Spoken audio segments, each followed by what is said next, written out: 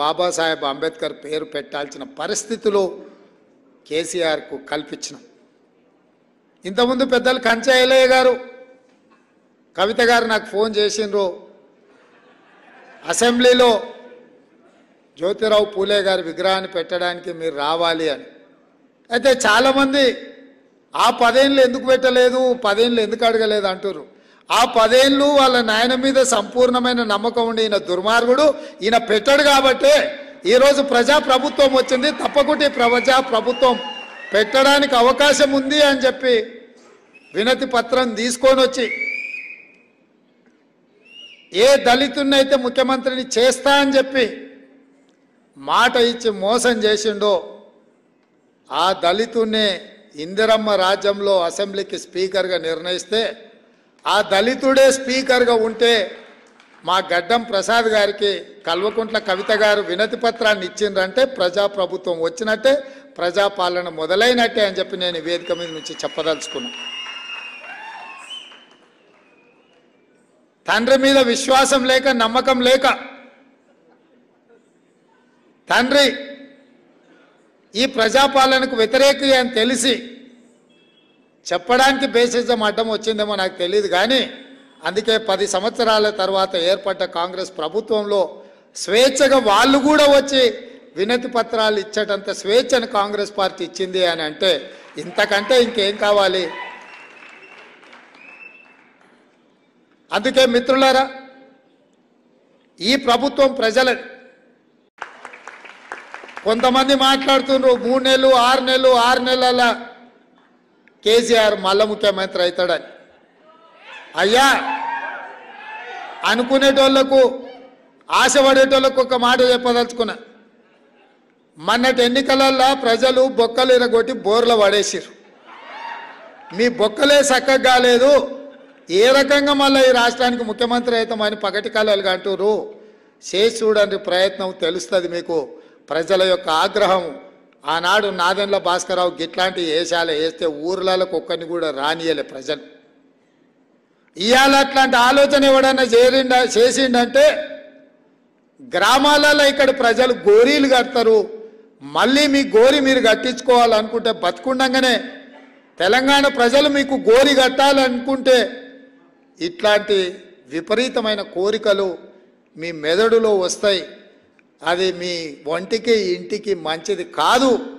ప్రజలెన్నుకున్న ప్రభుత్వాన్ని ప్రజలకు మంచి పరిపాలన అందించడానికి ప్రతిపక్షంగా సలహాలు సూచనలు ఇవ్వండి. మా ప్రభుత్వం ఎప్పుడు ద్వారాలు తెరిసే ఉన్నాయి. చేతనైతే సలహాలు ఇవ్వండి, ప్రతిపక్ష పాత్ర పోషించండి తప్ప. అక్క కూడా ఇంతకుముందు అన్నది, ఏంది తమ్మి గవాడు గని మాటలు మాట్లాడుతుంటే నువ్వేం అంటలేవని. నేను అక్కతో చెప్పిన, అక్క వాడిని అక్కసే వెళ్ళగక్కుతున్నాడు, మనకెందుకు, మనం కుర్చీలో కూర్చోవడమే వానికి వేసే శిక్ష. అందుకే అసెంబ్లీలో కూడా బయటకు పోనీయలేదు అక్క, ఆనే కూర్చోబెట్టిన. బిడ్డ నువ్వు చేసిన పాపాలని మేము చెప్తాం, వినడమే నీకు మేము వేసే శిక్ష అని చెప్పి అసెంబ్లీలో కూడా చెప్పినాం. అసెంబ్లీ సస్పెండ్ చేస్తామంటే వద్దని చెప్పిన. మా స్పీకర్ గారికి విజ్ఞప్తి చేసిన, స్పీకర్ సార్ ఎవరిని బయటకు తోలక వాళ్ళని అందరినీ కూర్చోబెట్టి తలుపులు ముయ్యి వాళ్ళు చేసిన తప్పులని మా బట్టి గారు ఆర్థిక శాఖ నుంచి విద్యుత్ శాఖ నుంచి వైట్ పేపర్ పెట్టిండు. వాళ్ళు చేసిన పాపాలన్నీ మొత్తం లెక్కగట్టి చెప్తున్నాడు, వినాల్సిందే. ఆ పాపాలు చేసిన ఆ ఘోరాలు ప్రజలకు చెప్తున్నప్పుడు వాళ్ళు వినాల్సిందే అని చెప్పి నేను చెప్పడం జరిగింది. అందుకే మిత్రులారా, ఇది ప్రజాస్వామిక ప్రభుత్వం, ప్రజలు ఎన్నుకున్న ప్రభుత్వం కాబట్టే గద్దరన్న జయంతి వర్ధంతులను అధికారికంగా చెయ్యాలని ప్రభుత్వం నిర్ణయం తీసుకున్నది. దాన్ని శాసనం చేయడం జరిగింది. ఇదే కాదు, మొన్న సినీ ప్రముఖులందరూ కూడా నన్ను కలవడానికి వచ్చి చాలా విషయాలు ప్రస్తావిస్తూ గత ప్రభుత్వంలో నంది అవార్డులు ఉండేటివి మీరు పునరుద్ధరిస్తే బాగుంటుంది అని చెప్పి సినీ ప్రముఖులందరూ నన్ను అడుగుతా వాళ్ళకు ఒక మాట చెప్పిన, నంది అవార్డులు కాదయా, ఖచ్చితంగా మా ప్రభుత్వం అవార్డులు ఇస్తుంది, ఆ అవార్డుల పేరు గద్దర్ అవార్డులు ఉంటాయని చెప్పిన. తెలంగాణ రాష్ట్రంలో కవులకు, కళాకారులకు, సినీ ప్రముఖులకు రాష్ట్ర ప్రభుత్వం తరఫున అధికారికంగా ఇచ్చే అవార్డులకు గద్దర్ అవార్డ్స్ అనే పేరు పెట్టి గద్దరన్నను గౌరవించుకుందామని చెప్పి ఈ వేదిక మీద నుంచి చెప్తున్నా. ఇదే శాసనం, ఇదే జీవో అని చెప్పి, నా మాటనే జీవో.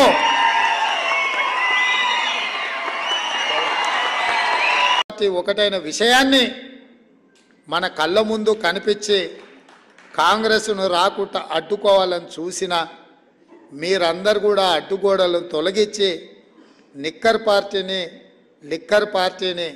మొన్నటి ఎన్నికల్లో లిక్కర్ పార్టీని ఓడించారు. రాబోయే పార్లమెంట్ ఎన్నికల్లో నిక్కర్ పార్టీని కూడా ఓడించడానికి మాకు అందరికీ అండగా ఉండాలి అని కోరుకుంటున్నా. ఇంకొక మాట కూడా కీలకమైన మాట చెప్పిండు. ఇంటికి వచ్చిన నా మనవన్ని ఆశీర్వదించడానికి ఆ సందర్భంగా ఇంకొక మాట చెప్పిండు గద్దరన్న. రేవంత్, జీవితాంతం గుర్తుపెట్టుకో, పొలిటీషియన్తో కొట్లాడడం సులువు, క్రిమినల్తో కొట్లాడడం అంతకంటే సులువు. కానీ క్రిమినల్ పొలిటీషియన్తో కొట్లాడడం అంత సులువు కాదు. నీ ఎదురుగున్నోడు క్రిమినల్ పొలిటీషియన్ అనుకుంటున్నావు, కాదు క్రిమినల్ అని చెప్పి కేసీఆర్ గురించి నాకు చెప్పడం జరిగింది. అందుకే ఆ క్రిమినల్ పొలిటీషియన్తో మేము కాదు మీరందరూ కలిసి వచ్చి తోడుగా ఉండి గద్దెని దించి ఈ ప్రభుత్వాన్ని ఏర్పాటు చేసినాం. ఇవాళ ఏ పని చెయ్యాలన్నా దాన్ని అడ్డుకోవాలన్న ఆలోచన తప్ప ప్రతిపక్ష పార్టీగా ప్రజలకు మేలు జరిగే సలహాలు సూచనలు ఇవ్వడం మానేసి శాపనార్థాలు పెట్టుకుంటూ తిరుగుతున్నారు. ఇట్లాంటి శాపనార్థాలకు కాంగ్రెస్ పార్టీ ఎప్పుడు భయపడదు. కాంగ్రెస్ పార్టీ ప్రజలకు స్వతంత్రం అవసరమైనప్పుడే ప్రజలకు స్వతంత్రం ఇవ్వాలన్న ఆలోచనతోనే ఈ దేశానికి స్వతంత్రం తీసుకొచ్చింది.